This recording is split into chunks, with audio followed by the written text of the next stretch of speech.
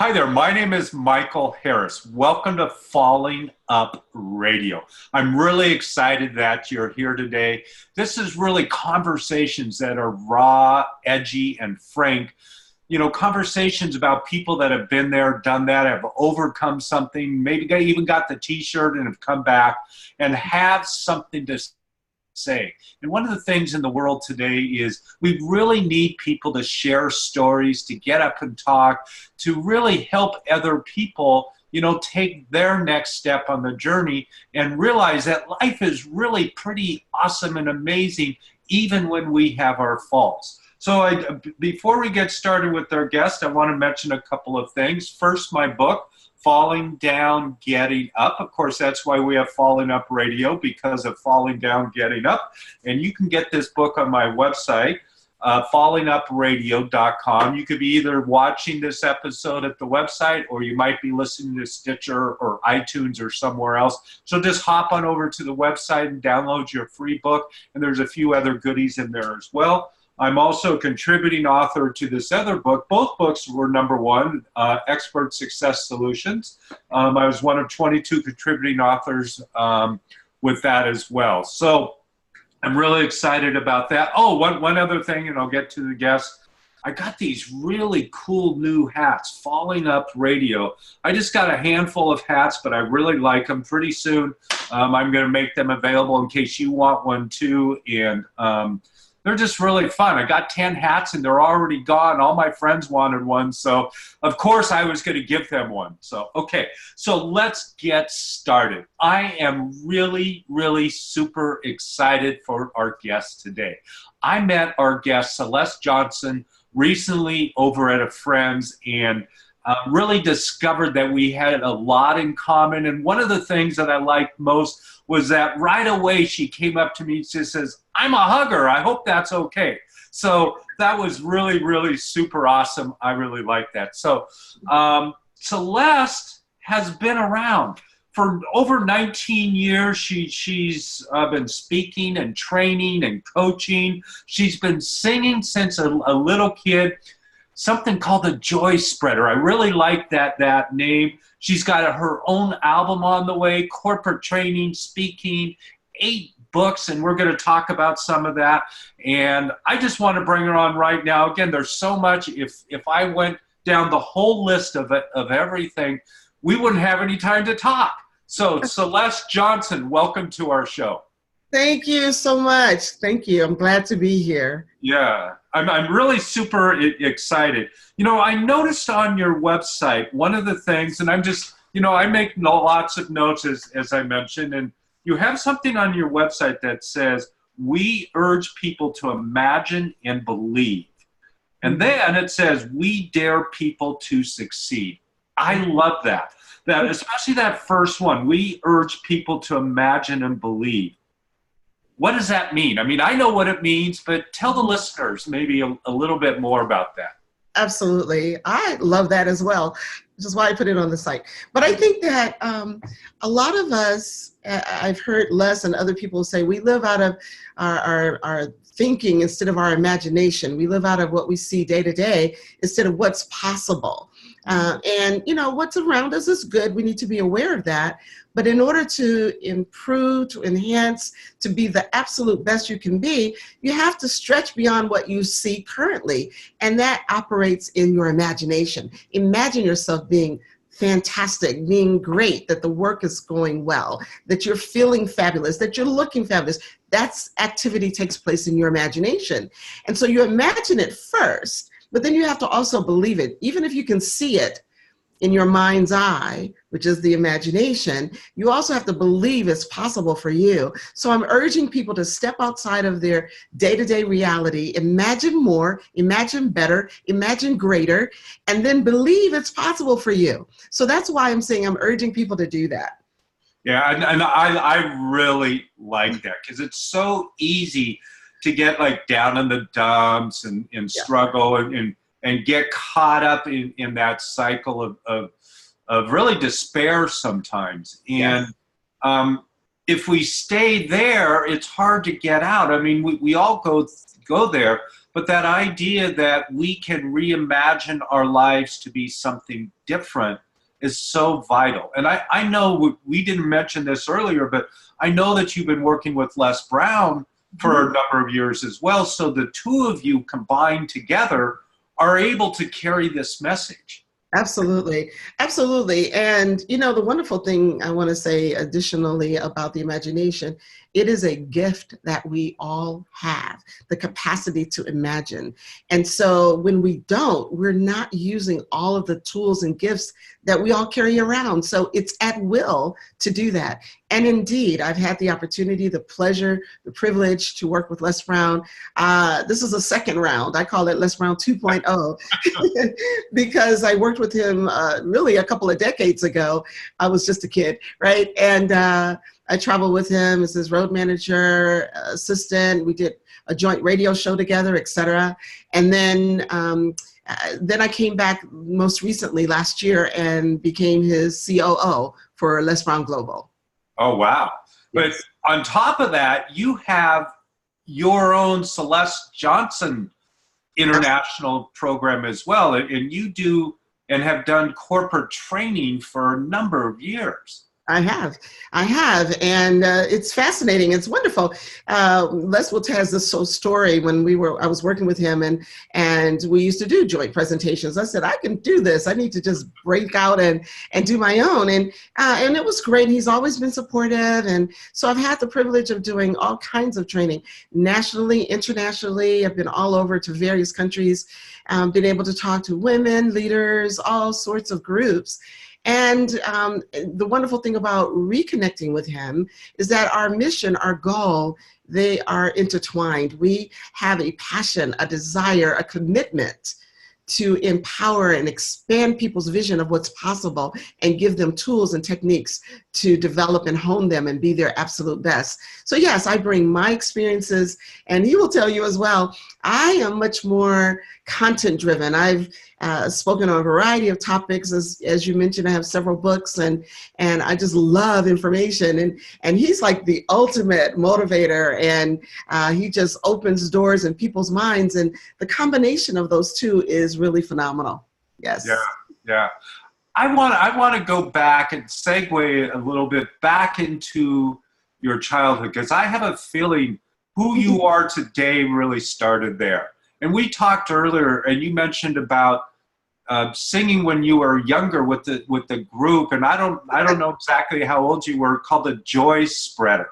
Yes. So how old were you when that started? And was that in your church, or where did that come from? I was a toddler. I don't even totally remember that. I was a very, very young child, and that was the name. I love the name myself. And I do recall my first solo, My Faith Looks Up to Thee, and we had the whole movement thing. And I always remember being in music, whether it was singing or playing the piano or the violin or going to orchestra camp. I mean, something musical was always a part of my life. So I sing and hum all the time. And as I fast forward, when I was in the corporate world, I mean, I'm always singing. That would be my little thing, always humming or singing along the way. So it's just a part of who I am. And music is so profound, as you know. Music breaks through culture. It breaks through attitudes. You can lift people up with music. You can take them down. And so it's just a vibrant part of me that I love. Yeah. Now, I'm really excited because upcoming, depending upon where you're listening to this, Wednesday, April 24th of 2019. Again, if you're listening to this in 2021, this doesn't apply for this event. But you and Les are coming to band, and a group of us are speaking, and you're singing as part of that event. Yes, I am. Yeah. It's going to be great. It's, let me tell you, this. There's for sure at least one song, it may be more than one, but probably one. It's a song that I began singing years ago when I lived in Los Angeles. And a dear friend of mine came and saw me sing at a concert. And so then she hooked me up with this group that was doing a play.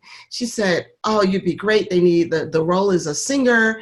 You should go audition. Well, I wasn't an actress. I didn't classify myself as such, but I did love to sing. And so it's a cute story. It's a long story in how I ended up getting this part. I got the first company and I started singing in this play. And the song that I'm going to sing at Bend is from that play. And it's called Live Every Day. And so one day I was sitting around with Les, we were chatting, and I said, hey, listen to this song. And I started singing it. And he fell in love with it. Oh, you've got to sing this on the when we speak. And so that's how it started. That's how it started. So pretty much every time I'm out, we're out and about, we usually end up, or some way I weave that song in. And it's just a very simple but powerful message about living your life fully every day and believing and dreaming and all the things that we talk about. Yeah. So when you're traveling with Les, what I just heard you, if I heard you right, is that you're also singing at these events at some point. I am. That song or maybe some other songs too. That's correct. Singing, training, a combination. Usually when it's his event, of course, he's the reason why people hired him or hired us, but I'm also either speaking a little bit and bring that song in. And so now people are saying, can we bring Celeste, right? Which is a good thing. That's a good thing. Yeah. Yeah. How cool. I want to get into your books as well. I know one of your books, Dare to Succeed, No More Excuses, It's Time to Win. Yes. And I want to read this again. It says, I rise, I fall, I rise again, I make mistakes. I forgive and ask for forgiveness. I live, I learn. I've been hurt and I've healed. I'm human, not perfect, and God still loves me. I'm grateful and choose to live daringly. I love that. Yay. Yeah, so that's in your Dare to Succeed book, the No More Excuses? It is. That book is my best-selling book. People tend to gravitate toward it. I love it as well, of course. And it's an offshoot. Actually, it came out of me running the New York City Marathon. I ran the marathon twice. Wow. The second time just to prove it wasn't a fluke, right? But there were so many life lessons that come from running such a race. It's an endurance race, and I call life the ultimate endurance race, right? And along the way, the training, the discipline, the focus, all of the things that are necessary to go from not being a runner. I was not a runner prior to that. I'd worked out in the gym, did cardio, but that's a different type of energy that you need. So going through the training and getting to the point where you can run 26.2 miles in one day, right, is a feat. And so the book is really taking some of those lessons that were learned in that process and transforming them and translating them for not only myself, but for others, and how they can indeed run the marathon of life and win victoriously. Yeah. I've never run a marathon, but maybe, I'm feeling a little bit inspired again, that maybe you can inspire me to do that at some point. I tell you that it is one of the most amazing things when you have a lot of crazy people, because it was 35,000 people that first year that ran out of New York, and all the energy. It takes a unique person, I think, to decide to put their body through 26.2 miles at one time. But the energy and what it represents, the discipline that are required, and the focus, and all of the efforts that have been made that lead up to that. And so it's kind of a crowning thing. And you have all this energy when people are running, and you have the people on the sidelines. So it's just an experience, a really wonderful experience. And I encourage people, you can't do it all the time, but it can, wear on your body. But I think something like that stretches you. I did it because I wanted something that would require more of me than just every day. And that did do it. So yeah, it's a great experience. Yeah, that's wonderful. Now you have either 7 or 8 books. How many books do you have right now? Actually, I have 8. You have 8? Yes. Do they all kind of fall in the same line, or what's in these books? And tell us a little bit more about them. Okay, great. Well, let me tell you how they came about. First of all, I was doing a lot of training in the DC area at the time. And I was on a leadership track. There was a government agency that hired me And they wanted me to come in for all of their incoming leaders. They had a track that they had to go through. And one of the courses that I offered was called Mastering Your Image. So it wasn't just external, but it's how you project yourself, how you communicate with other people, and the whole image, the inside and out. And so I started, doing the training. And again, I love information. And so I'm always trying to provide more and more for people. And the handout got bigger and bigger and bigger. And it actually was large enough to be a book. So that was really my first book, was taking the content that I had provided for my client and putting it into a book. And so Mastering Your Image is one of them. And again, it deals with the internal, how you see yourself, how you feel about yourself, how you project yourself, all of that. That's one of the books. Yeah. And then subsequent books are really an offshoot of topics that I have a passion for and topics I think I speak on, which is It's All in Your Mind is another one of my books, and it's about your thinking skills. I mean, your thinking skills are so critical. How you think in any given situation about a life, about a circumstance, perspective. There's big picture thinking, there's focused thinking, there's bottom line thinking. Understanding how your brain works is fascinating to me. And so I kept diving in and gathering more data, and that turned into another book. So that's how they kind of morph. It is topics that I have a passion for and that I've done. I did one on power and politics, where I'm dealing with understanding what's happening in the corporate world. There is a spoken guideline and rules, and then there's an unspoken guidelines and rules, and understanding the dynamics of it. You may not want to play it, but you need to know the rules of the game. And so I talk about how do you navigate the corporate world? How do you navigate offices and people? Again, those spoken and unspoken guidelines and rules, understanding them, giving them systems is what that book is about. So it's topics that I've spoken on, things that I love. Yeah. It sounds like to me, like if those came out of like a lot of different training situations, that have you put all those books together and created a new training out of all of that? Actually, one of the things I'm looking to do with all of my books is to do online courses. I love those. I think there's a way to extend my reach, because obviously I can't be everywhere at the same time, and in a way that the material will get out. And it's not just sitting on my shelf. Yeah. When Les comes to my office and he sees all this information. I mean, I really do love information, and I've done a lot of programs, and so I do a really good job. I design my materials, and he says, look at all of this. So my goal in this coming next quarter is to start turning those into online training. And of course I can do them live, but I can reach so many more people if I do it in an electronic version, and also be able to spread the word. So that's what I'm doing. Awesome. At one point I took a lot of my content with one of my businesses, and I ended up with, a dozen modules, 75 videos. Oh, wow. The whole 9 yards. And it was great. It is great. It is great. It is great. And one of the things that the umbrella, when people ask what do I really speak about, there's a variety of topics, but all of them really feed into my desire to help people lead better, to lead their lives better individually, but to lead others more effectively, to be that influence that is prepared, that has the skill set, that has the understanding. One of my books is called Essential People Skills. How many of us have ever run into leaders, quote unquote leaders, who don't know how to deal with people, right? They get promoted because they did something really great tactically, or some technical thing they did. And yes, we're going to move you into a leadership role or a management role, but they don't know how to engage with people effectively. So the whole umbrella is help the leaders think differently, broader, help them engage with people in a professional and effective way. How do you communicate most effectively? So all of the books that I've done really are tunneled and funneled toward what I call transformational leadership. It's not just leading autocratic. There's a lot of leadership models, and all of them have value for sure. But my desire is to have leaders who are prepared to help transform the lives of those that are around them. And that means there's more others focused than just self-focused as a leader.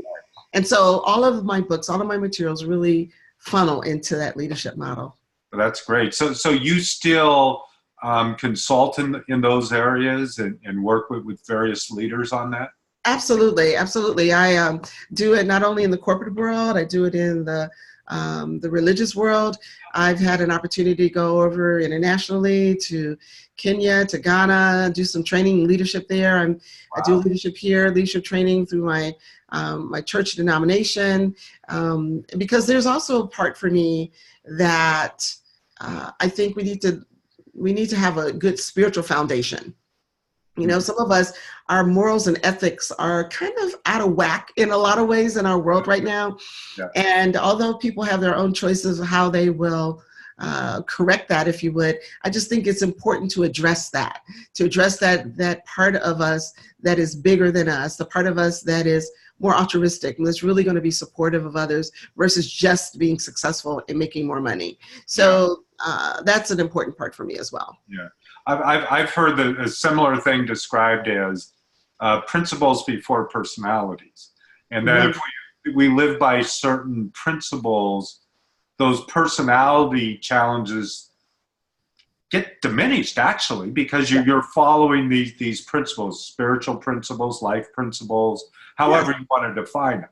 Absolutely. And having those guidelines, having them defined is real important, because a lot of people, and I know you know this, we're just existing. We haven't defined what we decide as our values and our mission and our goals, and we just kind of go with the wind. And we have so many choices, and I love choices. But when you have so many choices and you're not clear of your own direction, you can get swept up in different ways. And I think part of what I also like to do is to help people become very clear. Who are you? And what do you stand for? And what do you want to accomplish? And being clear of those things as you proceed so that you can make wise choices. Yeah, I like that.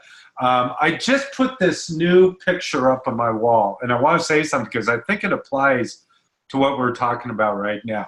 This is a great, I don't know if you can see it very well, but it's a great horned owl. And you can see a white chick in front. You can't see the other one, but there's two white great horned owl chicks. Okay. And I've done a lot of photography over the years, and I followed this nest a number of years ago, and I'd go in and I'd take different pictures of it, etc., until the chicks grew and were out of the nest. But mythologically, the great horned owl has a silent connection with the spirit. And that the ears going up points up to the spirit. And so I like that connection, but also the rebirth, you know, the next generation, the chicks growing up, you know, I really like that ideal and that symbolism of that connection with spirit and growth and being open rather than being, I know everything, da-da-da. No. Right. Let's allow ourselves to continue to grow to our next level of leadership or life or spirit or whatever it might be. Absolutely. And with that, I think, Michael, it's important that you can release and not have as much stress. We don't have to, we're forcing, I mean, if you look at the world, when I observe it, my observation is, and it's not absolute, but so many people are just on that treadmill and we're pressing and we have to do this and we have to do that. And yes, we want to be productive. I'm all for that, maximizing the potential and the gifts you have. But at the same time, we have to step back and relax and allow us to grow and to see what's right before us. Sometimes we miss signals because we're so busy running. You know, when I talked about, let's go back to the book, Dare to Succeed, one of the principles I talk about that I learned from training is that you press, you run a mile, walk a minute, run a mile, walk a minute. This is the Jeff Galloway method of training. Run a mile, walk a minute. I translate that in life to you press and then rest. You press, you do some work, you do great work on a project, but take time to rest and listen. And that will give you a level of peace, a level of less stress. I'm just at this point in my life, I don't want to be stressing out over things that we really can't control. But we won't know that if we stay on that treadmill. So I think that's a good thing about just taking a minute to pause. Yeah, absolutely. And a minute can be really powerful. One of the things that I've done with clients that I've had come in one-on-one in the Central Oregon area, where I come in and we work with them, is the first day I'll take them out into the wilderness somewhere and no phones. Maybe they've lived in New York or Chicago or someplace and everything's busy.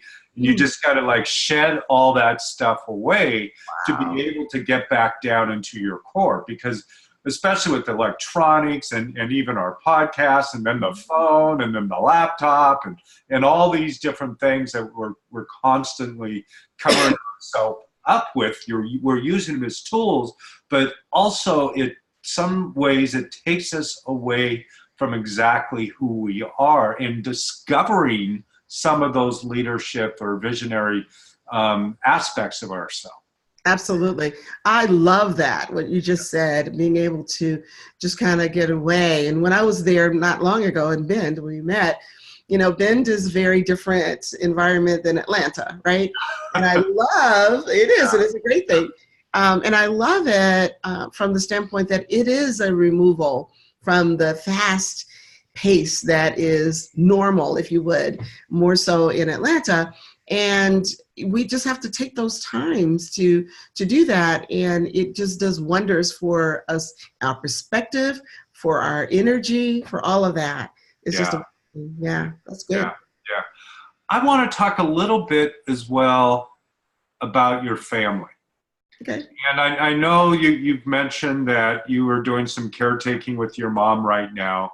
Mm-hmm. And even though she's a number of miles away, that's really important for you, and that connection and taking care of your mom.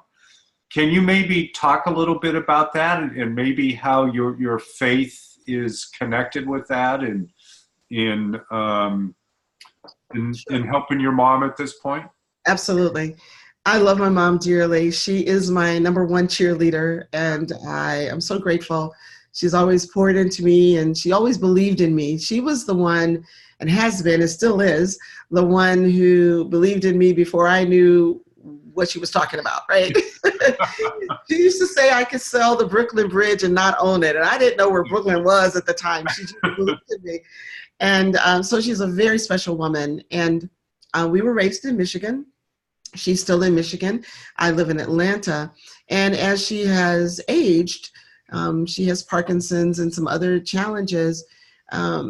It has become on me to become her primary caretaker. Now I have siblings. I'm the youngest. I have siblings and love them too. But I imagine I am not the only one that's listening to this podcast that has addressed or faced issues of taking care of your parents, especially if you're a baby boomer. You're probably in that sandwich generation where you have to take care of your parents and you still have kids that you're involved with very intensely.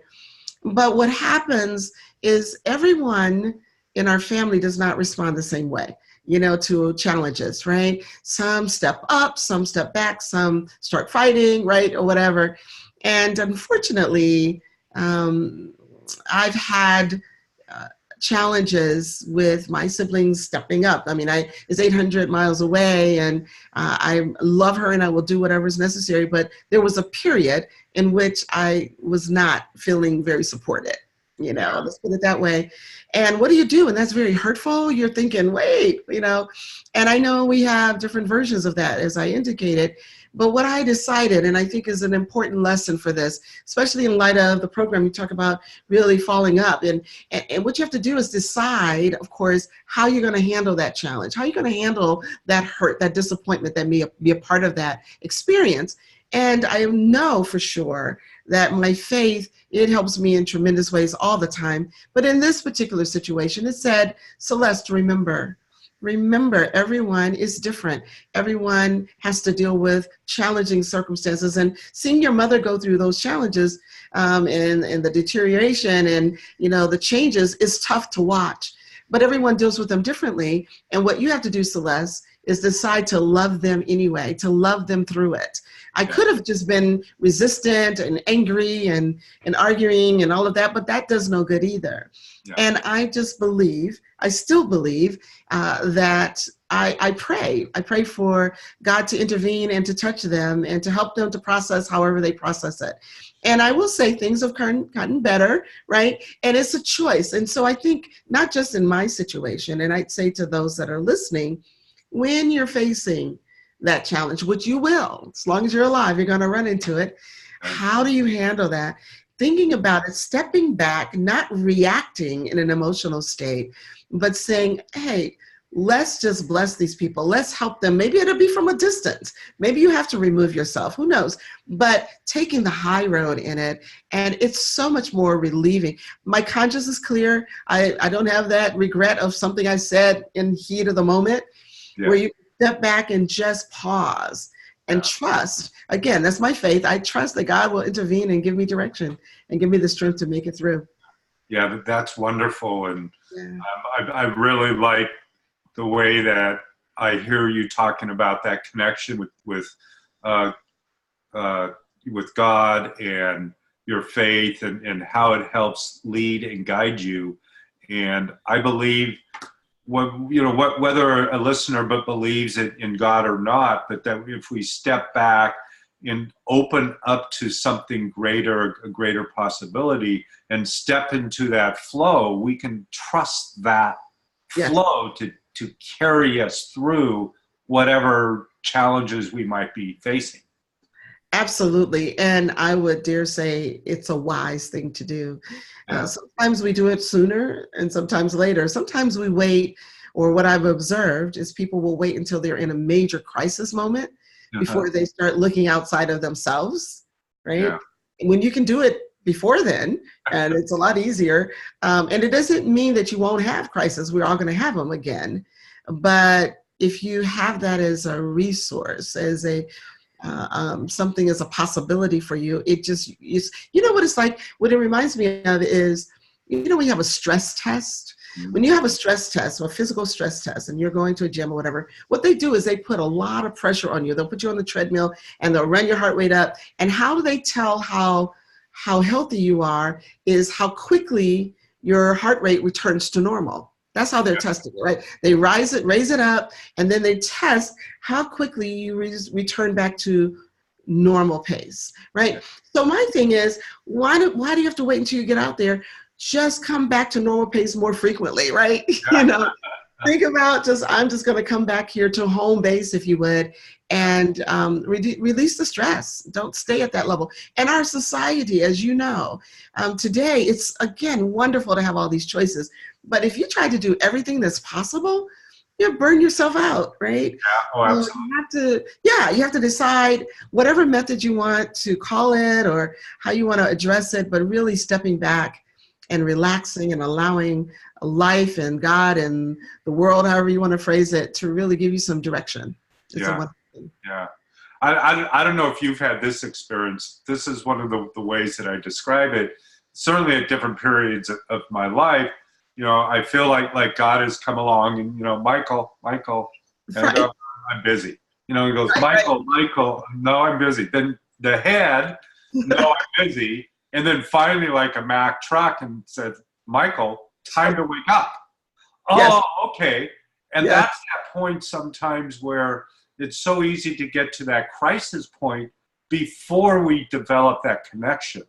Yes. That is so true, and I absolutely understand it. I believe, again, that the messaging is going on often, and we're just missing it because we're so busy, or we don't take time to listen. So yes, it is, and we can miss some really great opportunities. It doesn't mean that you don't have other great experiences, but, I think we all have a purpose and a goal that we were uniquely designed to do. There's a lot of things we can do, but there's some things that just come natural. Like for me, singing is like, I love it. I would do it whether people paid me or not. I just love it. And what I have found also, and this is an example of what I mean by we come equipped, is that Although I love to sing and I sing fairly well, there are other people that sing really, really great. They have a fantastic voice, and there's some that I sing much better than. But it's not the mechanics of the singing. It's not so much the riffs or the tone so much. It's the heart. Because when I'm singing now, what I find, and I'm amazed at this, quite frankly, they'll be crying and, oh my God, you touched me. I'm saying, what did I say? But it's not really just me, it's the spirit that in which I do it, and it's just part of me, right? And so I think we all have unique pieces like that. If it's not singing, it could be writing, it could be whatever. Some people just write gifted, it just flows, right? So finding that piece is so important, and it's fulfilling. I mean, why not do what you love to do and what you're designed to do? That's part of what I help people to do as well, is to figure out, clean the slate from things that don't need to be there, design your life, and really live full out in the way that you've been designed to live. Yeah, that's wonderful. Talk about the singing a little bit more. You're still singing in your church as well as on stage at different events? Yes, of course. All the time. My church has done recordings. I do leads there. Again, community choirs. I've done leads there, and there's a praise team. Now, the last couple of months, I've been really busy. Les and I've been traveling a lot, so I haven't been at rehearsal as much. But I have such support there, and I think we all need to have, in whatever form works for the people, a group of people, the extended family, if you would, that loves on you, right? Yeah. That embraces you, that you have a home. So as I travel around, and Les and I are traveling around, and there are others out there in your business and doing different things, a place that you can retreat to, that people rally around and love on you. And so that's what my church represents for me. And it may be your community group, whatever it might be, but having that. Yeah. So yes, I sing there. I sing everywhere. I sing in the elevator. I sing wherever I can, right? Well, I would love to be in the elevator when you're singing rather than listening to the elevator music. Yes. But what's interesting, Michael, is really, I'm serious. I'm not kidding. I'm singing, and I'm not conscious of it so much. But I'm like in the bathroom and I may be humming. Some people come out, oh, you have a great voice. It's like, okay. So I figured after I heard it a few times, I'd probably do okay. Yeah. I joke that, like, if I'm in the shower singing or in my car singing, by myself, right? I'm the next star on The Voice. Of course you are. But then somebody else hears me and they don't think the same thing. Well, not so much, Michael. The shower acoustics are wonderful. Yeah. And I've even, do you know Tommy Baylor? I don't. And Tommy Baylor is also a friend of Gail's, but I met him at a event down in Vegas a number of years ago, and he's a producer like Quincy Jones. Him and Quincy are really good friends, and he produced much of Michael Jackson's materials, ran Radio City Music Hall, a whole bunch of stuff. And so we became friends, and I talked to him about singing, and he said, everybody can be a singer if they just allow themselves to open up and develop that. He says, it's a gift that God has given all of us, but not all of us use it. Interesting. Yeah. He sounds like an interesting man. Sounds like someone I should know. Yeah, absolutely. I think we all can sing. We have different vocal capacities, but yes, singing represents more than just the music. It's the feeling. It's the engagement. It represents levity to me. I mean, It represents communicating on a different level. Because music just changes the dynamics. Les will tell you this. We talk about this all the time. You can do training, and we do. You don't have to sing. You don't have to have music. When you add the music component, it just changes the environment. It just is. It's a great thing. Yeah, absolutely. And one of the things I discovered too is that when I'm in the midst of maybe a dozen people or 20 people and we're all singing, we all sound really good, whether individually we're that good, Right. So to speak. I'm not a singer. Yes. Yeah, exactly. So tell me, what are you really working on now other than music? Like as far as corporate training or getting out and speaking, where is your mission leading you today what's your next step? Where are you grounded in today? Okay, that's a good question. And it's a twist to everything I've been doing already. Again, my big picture is to equip particularly women leaders. I'm open to all leaders, but I believe that women leadership is sorely needed to add to the dominant male leadership that we have in our, particularly in our country, but in the world, because it's just a different piece. We need them both, but I think we need more of them. And we need to develop the confidence, the competence, and the courage, all of those things in women, because historically they've not had the same grooming, if you would, in our society. So that is a real important area. I have been speaking to women's conferences, and I resisted this originally. I remember when I was talking with Les in Les Brown 1.0, I'm in 2.0 back then, and he said, you should focus on women. And actually I did a radio show, a nationally syndicated radio show titled Focus on Women. But I think it's when you change a woman's life, you change the family. Yeah. Right? You change the spouse, you change the children, you impact that. And so it's a very strategic target to empower women on a variety of fronts, so that they're able to walk in their leadership, not only for themselves, but the family and our country and the world itself. So my focus is to really develop more of a leadership institute, if you would, maybe, with Les, because he doesn't skew toward leadership specifically. He's broader, but I would like to do conjunction with him is to really target that. And one component that is also critical, that is kind of a new thing for me, is the health and fitness component. Because you can't sustain. In my Dare to Succeed, I talk about you want to be successful, but it's hard to sustain success if you're not healthy. So one of the things, the DARE is an acronym. D stands for discipline yourself, physically, mentally, spiritually. A is act with clarity and focus. The R is to raise the bar and endurance and a lot of other areas. And E, engage. So when I talk about raising the bar or discipline yourself physically, you have to make sure that I can't travel around all this time if I'm exhausted and have no energy. You can't reach as many people. So it's important to make that a high priority. And then when I look at the backdrop, you asked me earlier about my mother, and I have a sister that has MS and other people, and I look at, particularly at the African-American community, where we're leading in diabetes and high blood pressure and all of that. I'm saying, hold up, some of those things, many of those things are lifestyle related. Yes. And so if I can make it, yes. And so if I can make an impact, take my voice, and again, if I change the life of the woman, she has influence on the family's eating, on the family's exercise.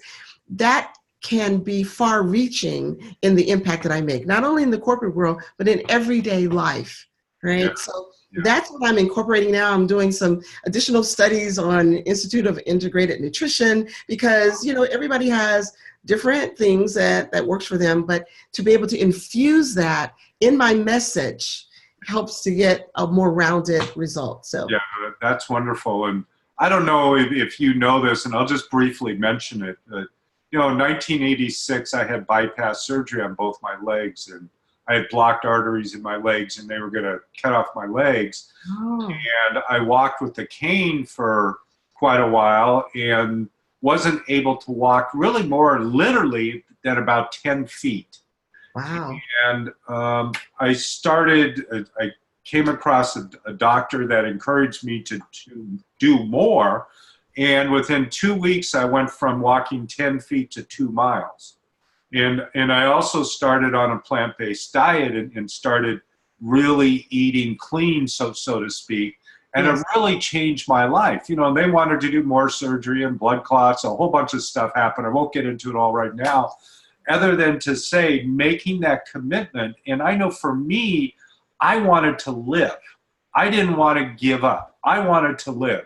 So even though those doctors back in 1986 said I had maybe 6 months to live, wow. They're dead. I'm alive. Wow. Right? That's awesome. Yes. Right. And I committed myself to that life of health and wellness. And I believe, just like you said, that it is a core not only for women, for men, but for all of us, that we need to take care of our vessels to be able to serve. Yes, absolutely. And, and I start with myself, and, I've always been running and doing different things, but not always making it a priority, right? Because you need to make it a priority. That's the bottom line. And this is the body we have, right? And, from a spiritual standpoint, we say it's the temple, right? But whether you're spiritual or not, this is what you have. And you feel better when you look better and all of that. So my thing is to intertwine that message in all of my messages. And so they take away, and I give them I'm very practical, so I'll talk about it broadly, but say, hey, drink more water, eat something fresh, right? Those kind of things every day. And think about it. If more people did that, we talk about healthcare, in this country, we could stem the tide if we would. Now it's harder to do because we have habits. And the book on Dare to Succeed is about success habits. And we know that habits, think about this. I love this. I think you'll love it too.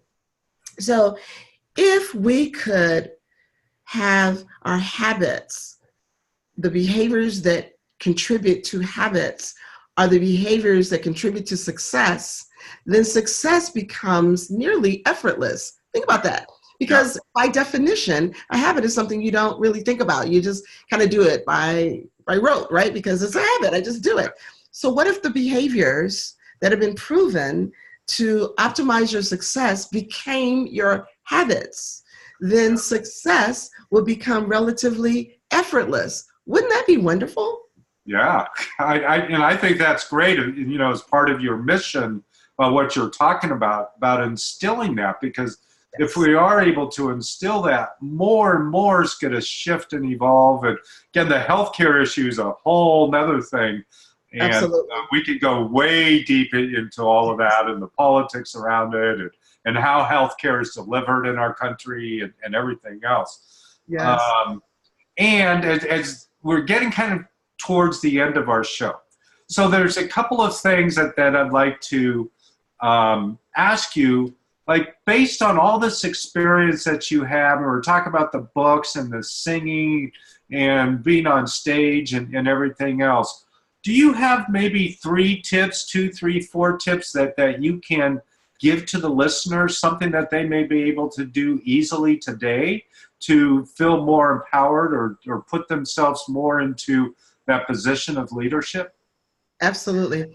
The first thing that I would always suggest people is to take time to think and reflect. Take time to think. Schedule it in if you need to on your calendar to get off the treadmill and take time to be still, to listen, to think and reflect.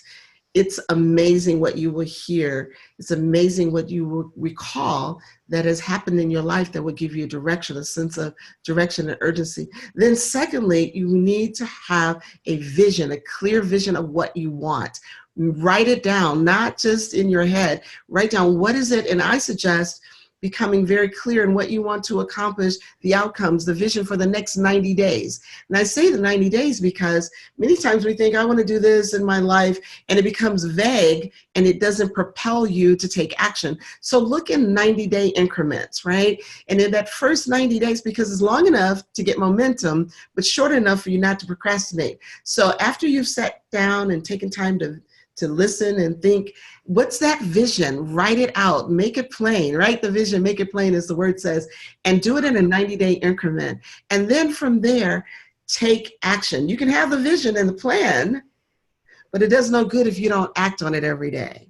So whatever it is that you want, don't have to be huge, take small steps, because what you want to do is build momentum, right? So don't make it so big that you get frustrated because you can't achieve it suddenly, but take doable small steps every single day toward that vision that you identified, and you'll be amazed at the outcome. So taking the time to be quiet, think, listen, reflect, have a plan of action, a 90-day plan of action, and a 90-day vision of what you'd like to accomplish in 90 days, and then a plan of action that you execute every single day, little by little, bit by bit, and you'll be amazed at the outcomes. Yeah, I like that. I wish we had more time today, and I look forward to getting to know you more when you come into Bend, Oregon with Les Brown. Again, I want to mention this, depending upon when you're listening to this, Wednesday, April 24th, 2019, Yes. Les Brown at the Tower Theater. And it's part of a global tour, right? Yes, it is. Yes, we are going all over. So this is one of the stops we're making, and we're looking forward to it. Please join us. It's going to be fantastic. Lots of energy, lots of excitement, lots of enthusiasm, and be inspired to take it to the next level. Well, and on top of all that, we get to hear you sing too. Yes, So, I mean, that's like icing on the cake, even better. it is going to be great. You will get a chance to hear me sing, and I believe with all my heart. I sing from my heart to connect to yours, and so I believe you'll feel it. If you don't, come tap on my shoulder, and I'll sing you another song, right? Yeah. Now, where can somebody find you? CelesteJonson.com? Is that right? That's Celeste Jonson, Jonson without the H. That's CelesteJonson.com. And it's a quick story on that, Michael. So I was born with an H, right? Jonson, this traditional way. But I thought when I started my company, I wanted to be unique and do something different. So I said, well, it'll just drop the H and it'll be Jonson without it. Well, because it's confusing for a lot of people. But that's what I have, and that's the best way to reach me. So Jonson without the H, you can reach out to me, and I'd love to hear from you.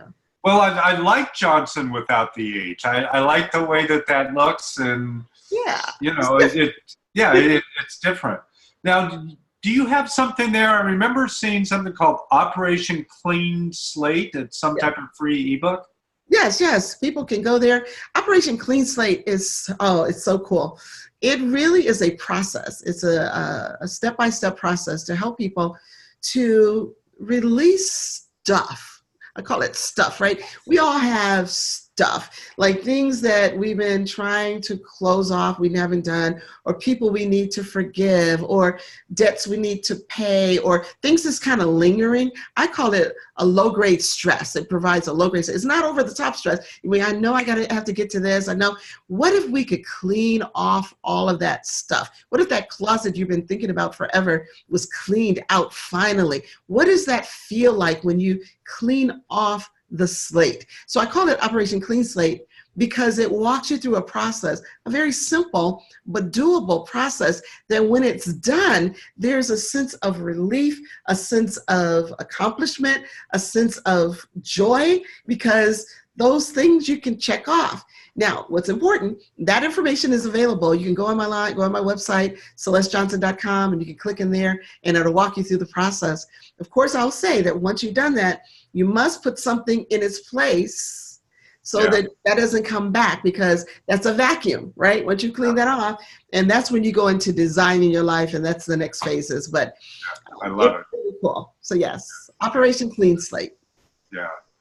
So as we end the show, I'm just kind of thinking back about some of the things that we talked about, and some of what I learned today about you, and that importance of that connection that we have with spirit, the idea of what do we really need to do to develop ourselves as a leader, and really connecting with our own vision and our own self. And I could go on and on and on for another hour for everything that I heard.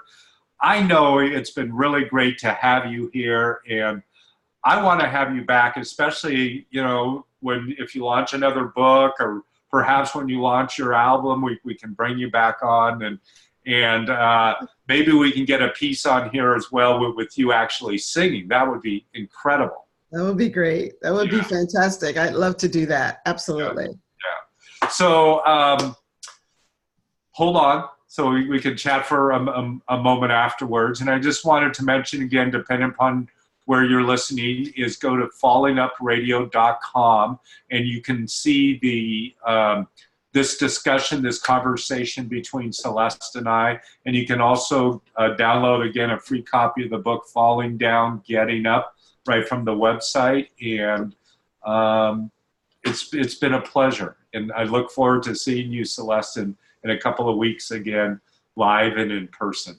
Absolutely. I'm looking forward to it as well, Michael. Thank you so much. Yeah, thank you. Okay, hold on.